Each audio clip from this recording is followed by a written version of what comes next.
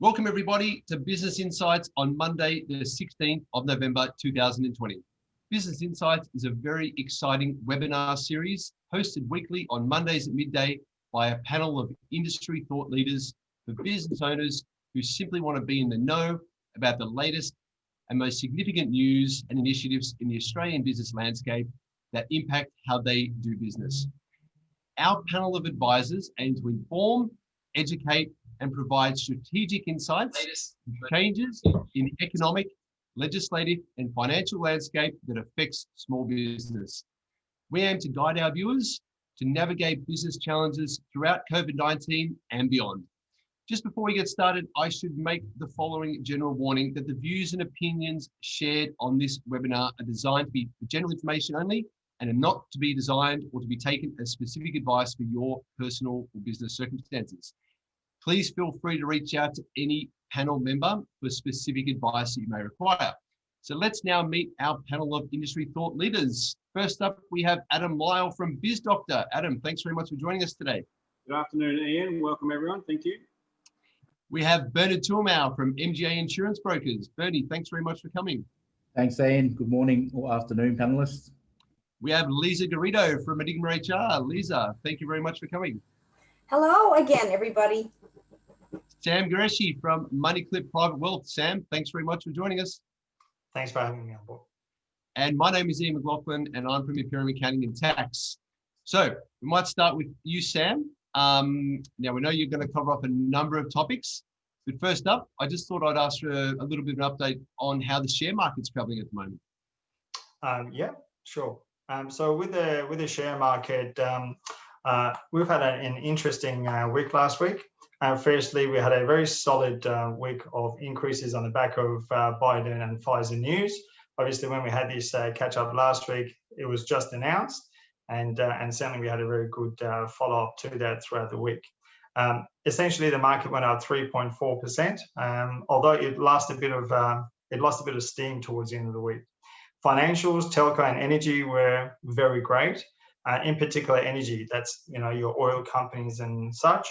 They were up 14%, which was amazing. So tech stocks lost that a bit last week because people were basically selling those to buy back into the more traditional type investments. And in doing so, that helps them to essentially redo their numbers.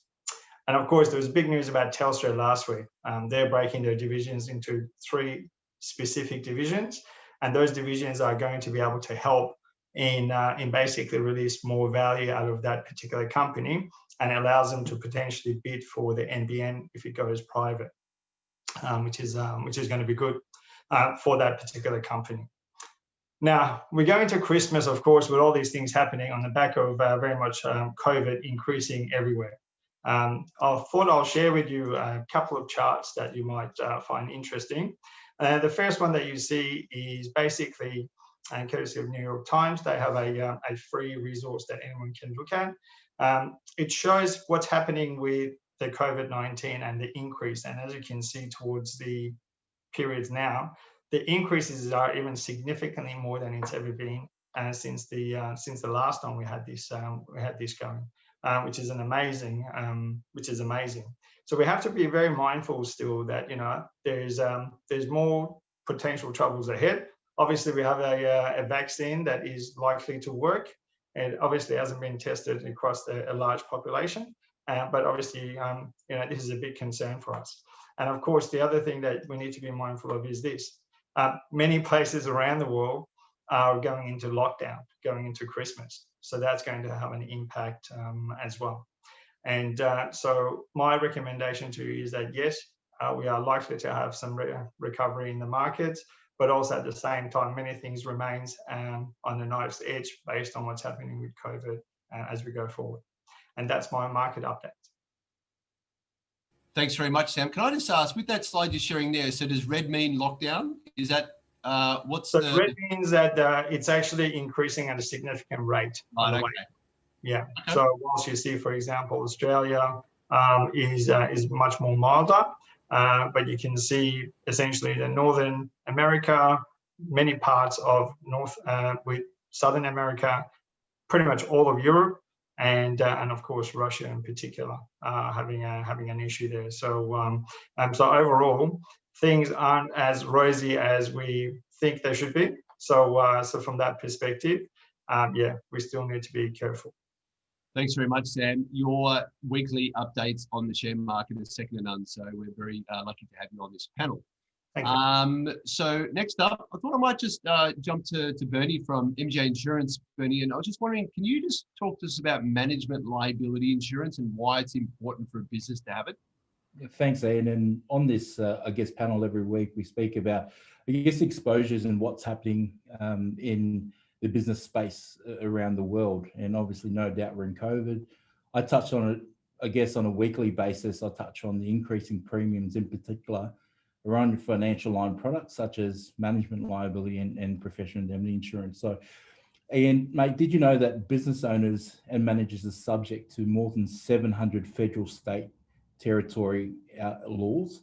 So they can be personally held liable. So what this means for them is that if something goes wrong, they could risk losing their actual house. Now, running a company is a big responsibility for any business. And I guess not too many people give it too much thought when they go into business. They spend a lot of time coming up with a very nice, fancy name, and they pick a location, they pick a product or service that they're offering. But one thing they don't really look at is the insurance risks and their exposures as a business owner, or I guess a employee of a business, and what their responsibilities are. So the management risks of operating any business, known as management liability, is a hybrid policy that selects several different types of policies and bundles it into something that's called management liability. So let's look at what management liability covers. So it covers things such as directors and officers liability. So this is the covering of costs of defending directors, managers, employees against claims that are arising from their actions and their roles as a director. It also covers corporate liability insurance, which protects the business more broadly around claims that are brought against the business itself. It also covers employment practices liability. Now, this is things that Lisa talks about every week, things such as breaches of the Fair Work Act, unfair dismissals from things such as hiring and firing staff, could be bullying and harassment, it could be around religion and race. So the management liability policy covers employment-related claims, covers statutory liability. So this is protection for both individuals and the business entity against some fines and penalties. So this may be in relation to breaches of the Work Health and Safety Act, could be breaches in relation to the Privacy Act. It also covers things such as tax audit. Now, this covers the fees in relation to tax agent or your accounting preparing an audit that's issued against you by the ATO. The policy also covers crime. So this speaks about employee crime, where staff members are either stealing stock or falsifying invoices. And this can happen over a long period of time where it goes undetected. And all of a sudden you detect that a staff member or a third party has created a crime against a business. So again, this is a hybrid policy that packages into what we call management liability policy that covers all these types of things. So it's a very important piece of risk management that any insurance business or any business should have, I should say. So we're in a time where, every week we speak about the different exposures and the different things that businesses are going through on this panel. I know it's quite common for businesses to look at their expenses and go, look, what policy can I cut? Can I reduce my sums insured? Can I cut that piece of insurance? My advice to clients and to businesses is management liability policy. If you do have it, make sure you keep it. If you are concerned about the pricings, speak with your insurance broker or insurance advisor, get some advice on things that you can do. Like I said at the top of this segment, insurance premiums are going up, in particular around this, and this is just a reflection of the current market conditions that we are in. So that's it from me this week. Thanks very much, Bernie. Fantastic insight as always. Just whilst we're talking about businesses and the issues that they might have, Adam, I might go to you now. And I'm just wondering, what are the indicators that a business might be showing if they're under financial pressure or trading insolvent? Yeah, it's interesting. This question came up last week, and I do want to cover that off. And it's mainly about how do we tell when a customer is having issues? How can we tell that a supplier is having issues? Well, the first thing is this. Let's just look at the customer.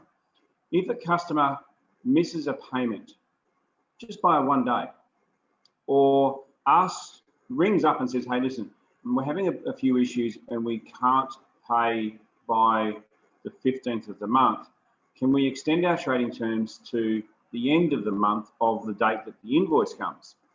Straight away, that should raise alarm bells, because as soon as anyone is asking for an extension on payment terms, that is usually an indicator of some kind of financial stress.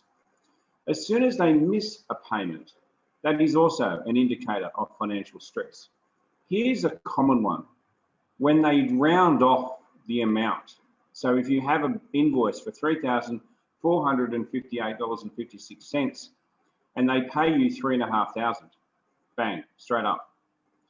And you ring up and say, hang on, you short paid it. Oh yeah, sorry, that was an error. You know, and all the excuses come out. Here's one that is actually coming out as we speak. Can we enter into a payment arrangement, please? So every month we normally get invoices of around about $5,500, $6,000. Can we just pay you $4,500 a month for the next 10 months, just to make sure that we're on top of it? And they approach you as a supplier of goods or services in good spirit. They say, oh, we really love, you know, the relationship with you. We want to make sure it's all going on. That's fine. And they try and enter it in that line. Here's one that actually happened this week. They paid 9 out of the 10 invoices and they missed one invoice. And one of the one invoice that they missed was the biggest amount that was due. And the client rang up and said, hey, what's going on? Like, you missed one of these invoices. Oh, did we? Oh, we'll have to talk to the accounts person about that. They've made an error. And week after week after week, we expect that that's going to be an excuse that's going to go on. So when they miss one of a batch of invoices, or when they try and round off, or they short pay, or they ask for an extension of payment terms, they're indicators of your customer, your client, having some financial stress. Let's look at the other side of the ledger, your suppliers. When you have delays in supply, when you have someone that says, oh, yeah, sorry, mate, you're supposed to come off the boat on Monday, didn't make it, we're still waiting for it to be released off the boat. That's one. Number two is when they blame the courier for non-delivery. Like, they've delivered everything else. What's your same courier? What's the problem this time? Number three, they ask for a payment term variation. That means they might ask for an amount of money to be paid up front before delivery, which is different to how they've applied it before. Or they've asked for a contract to be entered into prior to the delivery. That's different to what they've asked before. Or they've asked for, hey, you know how we normally supply you and it's about $5,500 a month. Can you just give us like $4,000 a month for the next, 10 months and just make sure it's all nice and squared away? That'd be really cool. Here's one I heard about a month ago. Can you change the bank account on your system of where the money is supposed to be paid to? And the bank account name isn't even the name of the company that you're dealing with. It's actually Joe Blow, who's the director, or a different company name. Now, phoenixing in this country is a hot topic. And when people are changing company names, there should be alarm bells that ring off in your heads and in your systems. So if you are the owner of the business and someone asks for the change of the name of the company that you're dealing with, that should go straight to the owner of the business and make sure it's interrogated thoroughly, because that's the sort of thing that can get you into trouble. So I hope that's been some practical hints and tips on how to suspect and how to identify whether or not a supplier or a customer is insolvent. Guess what? There are risks with all of that as well, because if you have reasonable suspicion of someone being insolvent and then you continue to pay after that point in time, Once the moratorium finishes, you are at a risk of having to pay that money back if that company goes into liquidation. It's called a preference. So please get some advice. Please have a think about all these things in your businesses in the months and times to come. Final quick point, the Corporations Amendments Act has been now put before Parliament. I'm going to have a lot more to say about that over the coming weeks. If you've ever heard of the term Chapter 11 in the US, that's what we're talking about. And there's even discussion this morning about changing the bankruptcy legislation as well to make it a little bit easier for people to get back on their bike after going broke and ripping off a whole pot of creditors. Sorry to be so blunt about that, but hopefully we'll get some education out there in the coming weeks. Thanks very much, Adam. Plenty of good advice there for our viewers to look out for the indicators with their customers to make sure that they don't get in hot water themselves. So we might go to you now, Lisa, and what's happening in the world of HR and what do people need to look out for their employees this week? Okay, thanks, Ian. I'm so glad that we're covering this COVID impact globally because last week I talked about how the government was urging a lot of businesses to try and return to normal as soon as possible, i.e. get back to work in the workplace.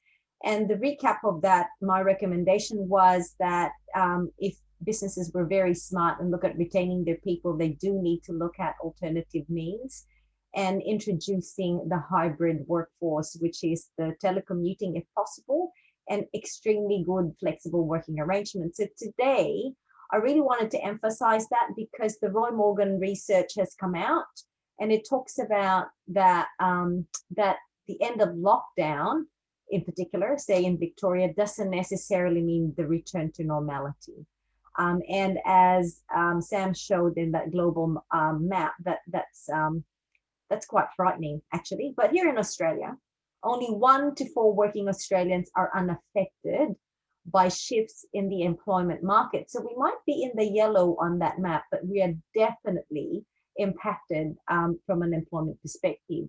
So 7 in 10 workers in Australia experienced 1 or more changes to their employment status as a result of COVID-19, as indicated in the Roy Morgan research. So a total of 10.8 million Australians, that's about 70% of the working population, had their work affected by the end of September, compared to 10.4 million or 67% in July.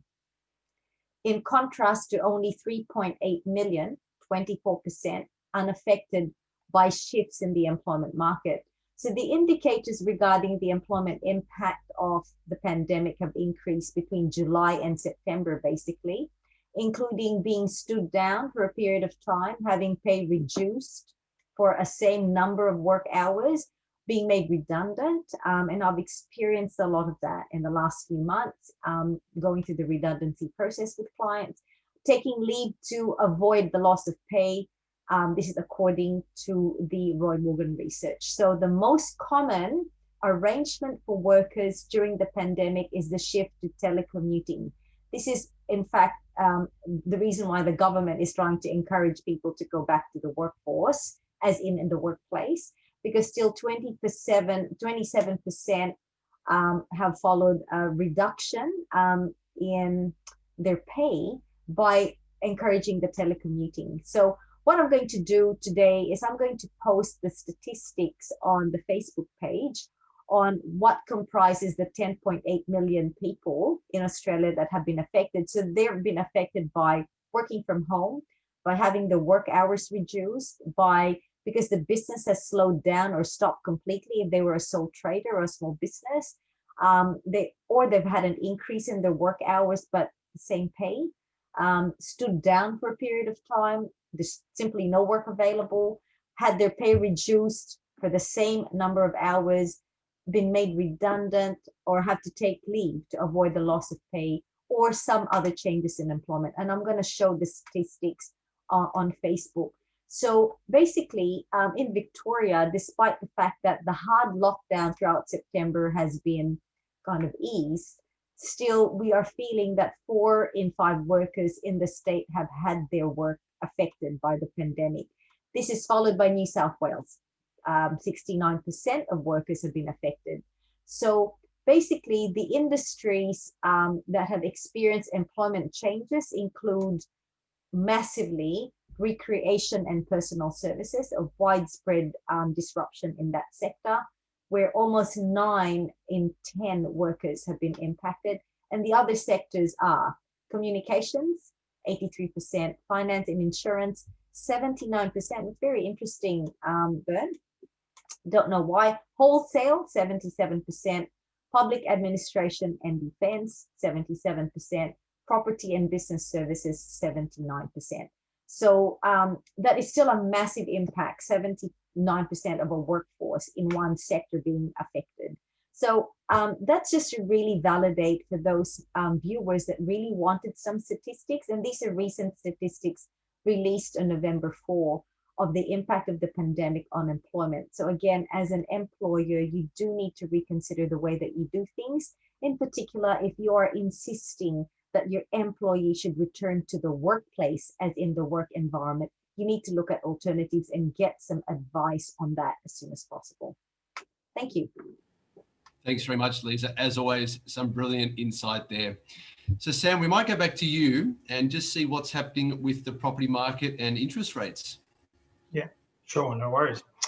So firstly, on the back of what's happened last week with the with RBA a couple of weeks ago and the changes to the rates, the fixed rates continue to be updated across the different banks, and they've really started to come through. And definitely the battlegrounds does seem to be that 4-year owner-occupier principal and interest repayment fixed rates, and they range between 1.89 to 2.09% per annum.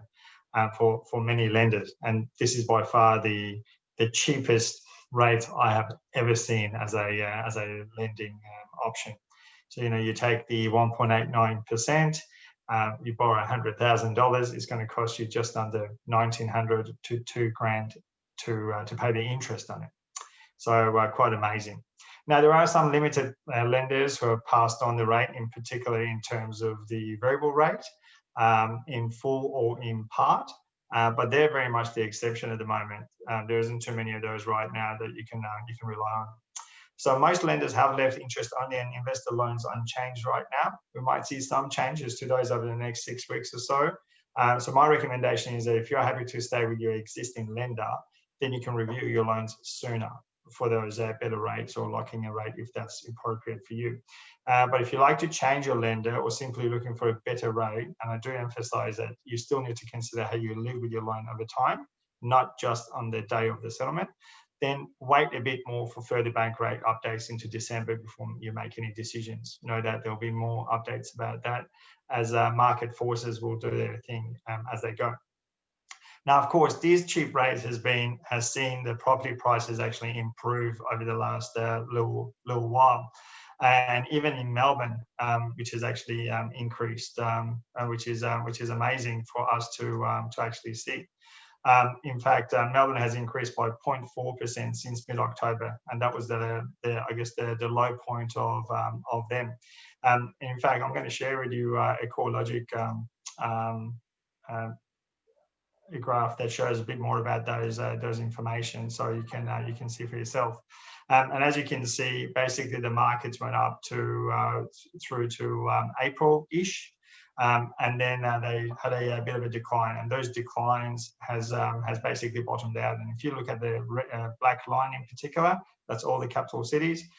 Essentially, it bottomed out in September, October, and you can see it's just starting to increase. You can see Melbourne is on the way up a little bit as well. In fact, you see many other places are up. Even Sydney, which had plateaued out, it's got this little mini finger pointing up now, which is interesting to see as well. So obviously, during this particular period of time, house prices lost about 3% during COVID all up. That's a lot less than that was expected. And obviously the low rates has definitely helped putting a floor underneath that. And what's also helped is obviously this debt servicing, with the banks reducing their rates. That's really been helpful. And the minimum rate that the banks actually use to calculate how much they're going to lend you, that's also been decreasing as well. And of recent times, CBA in fact dropped theirs to their high mark rate that they have. They dropped it to 5.1%. And when you compare that to, say, 18 months ago, 2 years ago, that was 7.35%. So you had to be able to show to the bank that you could make repayments at 7.35% before they would lend you. Now that's dropped by more than 2%. Obviously, that's going to help with serviceability for people. Now, stock of property is still low, and obviously that's going to help with the property prices being higher. My personal experience has been that pre-Christmas normally yields better pricing for the buyers, since the seller wants the certainty of the property being sold and settled prior to the 24th of December. I guess markets will then go into hibernation until mid to late Jan when it comes back to life. Lastly, the auction results remain very solid for Victoria, New South Wales, South Australia and ACT. They all recorded above 80% clearance last week. WA and Tassie are more of a private sale type market, and they seem to have just picked up a little bit as well. So overall, I guess on the back of the good news about the vaccine, lower rates, better serviceability, we've seen an improvement in property transactions over the last period of time. And I guess that's all good for everyone. And that's it for me. Thanks very much, Sam. That's absolutely, once again, just amazing insights there from you. So thank you very much. We are very lucky to have you. I today just wanted to touch on JobMaker.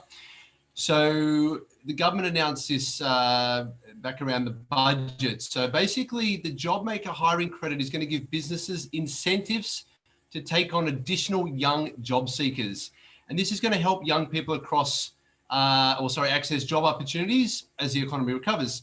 So the JobMaker hiring credit is going to be available to employers for each new job they create over the next 12 months where they hire an eligible young person aged 16 to 35 years old.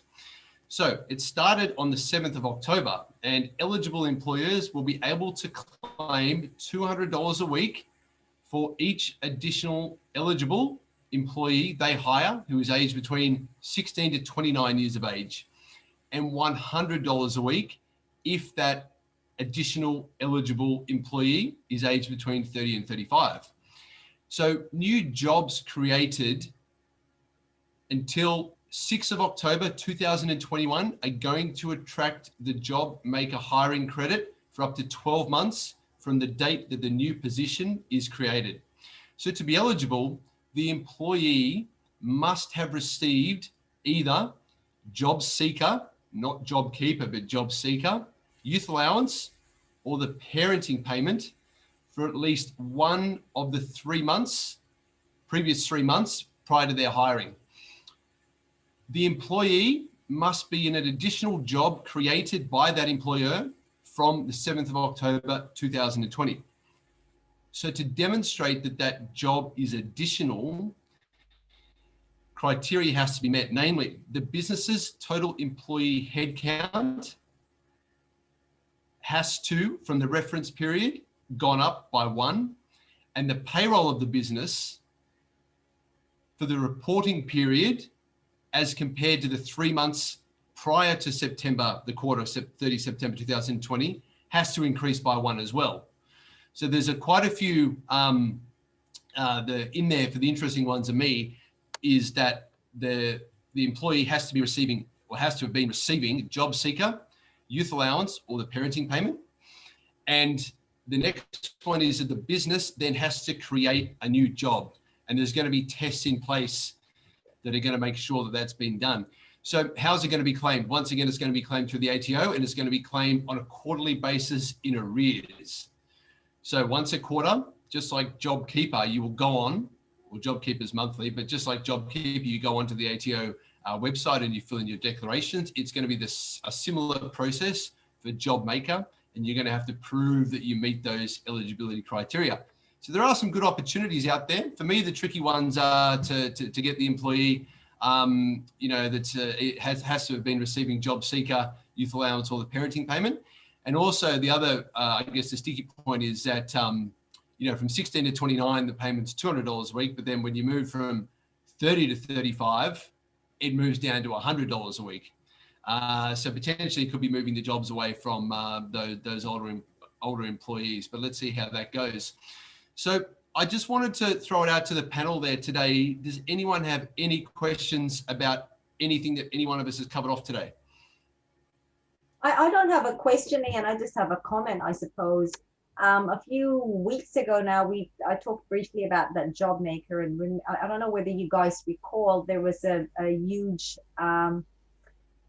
a kerfuffle about the argument that, you know, does that make then the older workers or the more mature age workers less attractive for employers that are looking to create a role? And to a certain extent, I think the Job Maker initiative is an outstanding initiative to get our youthful workers, our younger workers, back into that routine, because as we know, this pandemic is going to be affecting us for years to come. So it's creating employment for the future. But one of the things that I can only say about this is that, look, at the end of the day, it is about finding the right person in the right seat. So regardless of age, regardless of the situation and the stimulus that we're being offered, remember, folks, always hire slowly and really be considered about the role you're looking to fill or the position you're looking to create, and look at the best fit regardless of age, regardless of the stimulus, because that is what will make you sustainable at the end of the day. And that's the only argument, really. That's the only point I'd like to make with regard to the job maker and all the debates around it, because there's a lot of debates in HR about that. And we can talk about that a little bit more next week as well. Yeah, absolutely. No, I agree, Lisa. And, you know, I guess one of the good things about it is that to prove that you're eligible, you have to show that you have created another job. So that is going to stamp out the activity whereby people might get rid of an older employee to get someone in that will then qualify for the job maker, because they wouldn't then pass the eligibility criteria. So, you know, there are certain things there, but no, let's have a chat about that in future weeks as well. Fantastic. So does anyone else have any other questions? I just want to congratulate the panel on our finishing our half a year of doing these webinars. I really hope that all our audience is getting great value and great tips that you could use in your business as you go along. Absolutely. No, I agree. So I just want to thank everyone again. Bernard from MGA, Lisa from Enigma, Adam from BizDoctor, and Sam from MoneyClip. Thank you very much, guys. Thank you, viewers. We look forward to seeing you next week. This video will be posted on our YouTube channel, probably in about an hour's time. Thank you and have a good week.